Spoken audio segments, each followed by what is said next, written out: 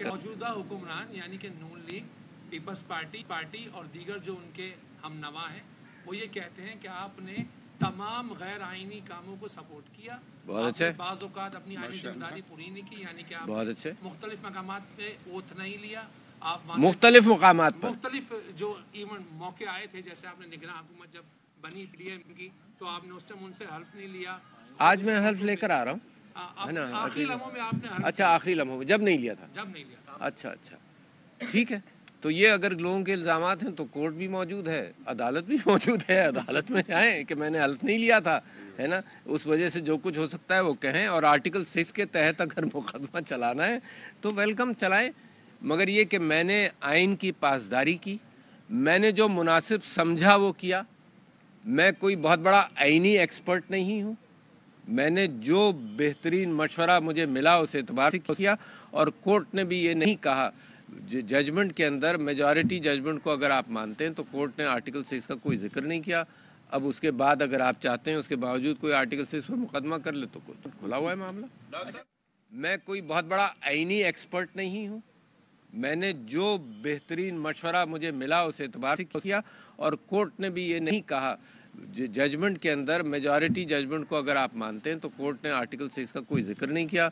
अब उसके बाद अगर आप चाहते हैं उसके बावजूद कोई आर्टिकल 6 पर मुकदमा कर ले तो खुला हुआ है मामला। डॉक्टर साहब कहेंगे आप जिस पर इल्जाम लगाते रहे,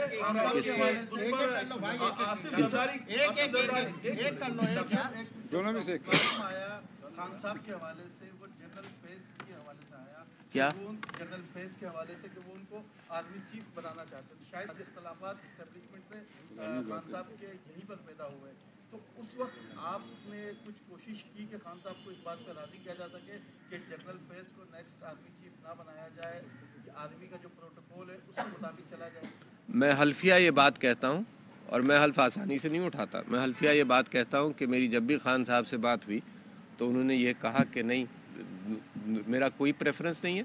ख़ास तौर पर मुझे मैसेज भी देते रहे वो हमेशा कि सबके लिए ये यहाँ कर दिए, जो भी आपसे सवाल करता है कि उनका कोई प्रेफरेंस नहीं, merit should be the preference. मैं हल्फिया कह रहा हूँ, तो दैट शुड आंसर दैट। कि ये जो एक साइफर की बात निकली थी, क्या वो वाकई सही था? आपको इमरान खान ने दिखाया या नहीं? दूसरा, आज जिस पे इल्जामात लगा रहे हैं कि वो चोर है, आज आपने उनको हल्फ भी उठवाया है, जरदारी साहब को, क्या कहेंगे? मैंने हल्फ नहीं उठाया। नहीं उठवाया नहीं, मैंने हल्फ नहीं उठाया।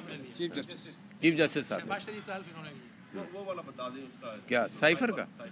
मैंने आज और परसों जब प्राइम मिनिस्टर साहब का आपने हल्फ सुना हो तो हल्फ के अंदर ये है, अगर मिनिस्टर हल्फ उठाता है तो मिनिस्टर ये कहता है कि कोई भी चीज़ जो मुझे राज पता चले, कोई बात ऐसी पता चले, तो प्राइम मिनिस्टर की इजाज़त के बगैर मैं उस राज को पब्लिक नहीं करूँगा।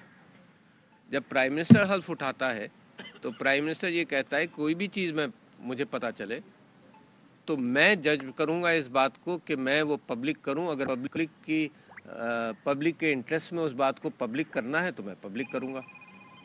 तो लिहाजा मैं समझता हूँ कि इमरान खान साहब ने उसी बेसिस पर कहा। अच्छा, आप ये बताइए।